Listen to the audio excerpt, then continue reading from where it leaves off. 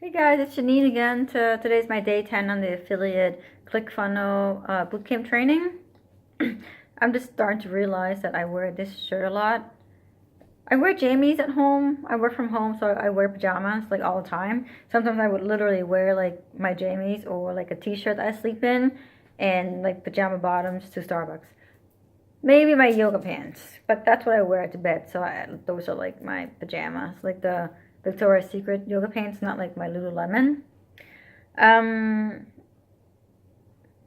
well, so today is, so Russell does like 27 minutes only of video today, so that's not terrible. But the homework is like kind of long. You have to answer like a bunch of questions, and I like that he gives us like a script to kind of follow through. Tell people who you are. Hi, my name is Janine. This is what I'm going to do for you today. You know, just the who, what, where, and how. How can they get it? What do they have to do to get it?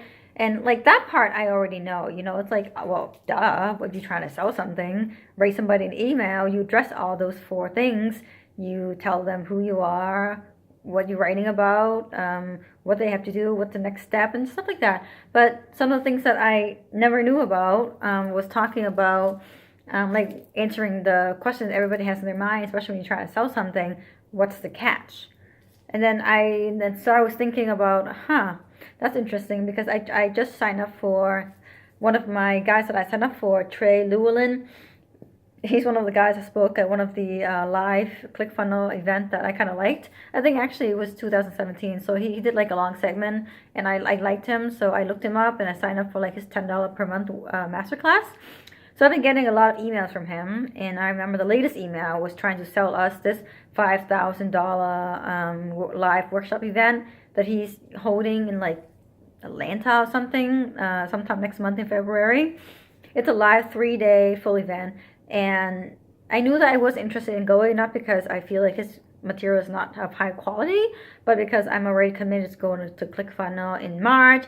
And then also not only that, but I'm doing this affiliate training. It's kind of like, you know, that thing where they tell you focus on one nonfiction book at a time. Otherwise, you're just way too scattered. I'm already doing Amazon, and you add this in, this affiliate thing with ClickFunnels. I'm like trying to balance two balls at the same time. Trying not to lose focus on my core money-making machine, which is my Amazon, but also needing to learn this new thing called ClickFunnels. So it's like I'm already having too much things to do.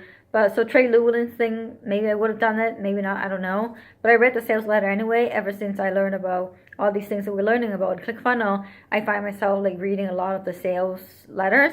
I also find myself like copying all of Russell's email and putting it in like one of my Google folders, just so I can, just as like reference. Anytime I want to write something, I'll look at his format, see what he's doing. He's obviously very knowledgeable about this, so I copy like I had like a credit card issue one time, and so I got an email from Russell saying, hey, I noticed you visited our website but didn't click to complete the purchase. So I knew immediately that was like I was put in his cart abandonment email sequence. So I want to know what he does in his cart abandonment email sequence. I mean, I signed up for like the full suite on ClickFunnels, so I do have that in Actionetics.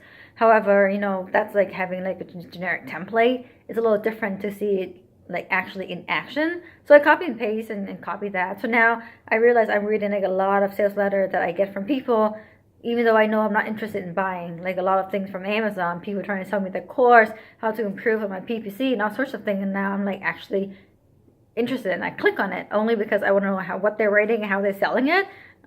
So it's kind of cool. And then I remember in Trey's latest email, this was just like a couple of days ago, I was very intrigued. And he really addressed a lot of like the common concerns that somebody might have. And one of it that really speaks to me, I know he had like a bunch of different questions, like address the what's the catch kind of thing. And one of it that really talks to me was like the question was, well, is this event gonna have Trey there, like actual Trey Llewellyn, or just like one of his team members? So yeah, a lot of training sessions I receive emails of in like a lot of different things. They recommend, and they try to sell you in all these webinars and all these live events, and it's always like that person's team, not the actual person. So I get really discouraged. So to me, that's like a big question. So if I was on the fence about buying this $5,000 live workshop with Trey Llewellyn, that would have addressed my concern like right there and then. So that was like a really good sales copy, and that reminds me of what Russell is talking about, having to address the what's the catch. So that was really cool. I like that he provided us the script of what to write. It's just the homework is lengthy. I have to really think about the who, what, how, why, what's the catch. Oh, and the coolest thing is at the very end, he said he literally would like call you out on it. He like verbatim, he says, "Well, for those of you who skipped, here's a recap." And so way at the very bottom of all the sales letter email, and even if you try to sell something in ClickFunnels, you have like a long letter sales page. At the very bottom, included, recap it again. This is what you're getting. This is how much you're paying. This is a guarantee. This is a catch. Blah, blah. What's a catch? Like, just address that really quickly at the very bottom. And he would legit call people out on it. For those of you who skim, this is the gist. So that's kind of cool. I don't think I would have come up with that on my own. He also talked about looking at headlines. Like, people's attention span are so short nowadays. It's really funny. He uses the Natural Enquirer as like the example, because every single headline that I've ever seen on the National Enquirer makes me not want to pick it up. But Russell said that actually that has like the very, very high readership. And I thought that was really weird, because every single headline they have sounds so ridiculous and crazy that I'm like, it's fake news. It's got to be fake news. I've never once actually picked it up and read it. I just see the title or the headline. I'm like, yeah, that's not happening.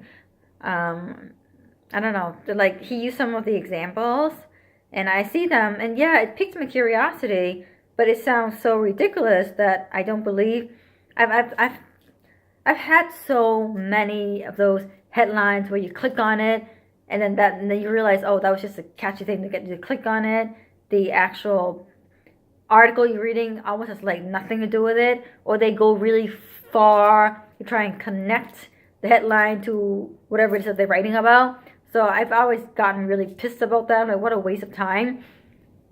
Like, I think mostly about weight loss stuff, because I used to like click on a lot of those things. It's kind of like, oh, the one secret that you missed, that if you do this, you lose like 10 pounds in 2 days, or something weird like that. And you click on it, and it's like, oh, drink lemon juice, or like put the lemon grinds in your water. I don't know. Maybe it works, maybe it doesn't. But I'm just kind of numb to that kind of headline. You click on it, and the headline is never actually talks about the article. But Russell also reminds us not to do that. So that's what I really liked. That's what I appreciate about Russell saying, don't make up some fake headline that's nothing to do with what you're writing about, or if it's too like far-fetched from what you're writing about, because that would really turn people off. Like it did for me. As soon as I realized, oh, this is another like one of those scammy kind of product, I stopped reading. It instantly loses credibility with me, and I don't care what else is in there. Alright, so that's my rant for today. I took a quick peek at day 11 tomorrow, and it says Inception Secret. I love the movie Inception, so that's going to be interesting. And I know Russell's talked about the movie Inception before in one of his talks. I forgot which one. So I can't wait for tomorrow.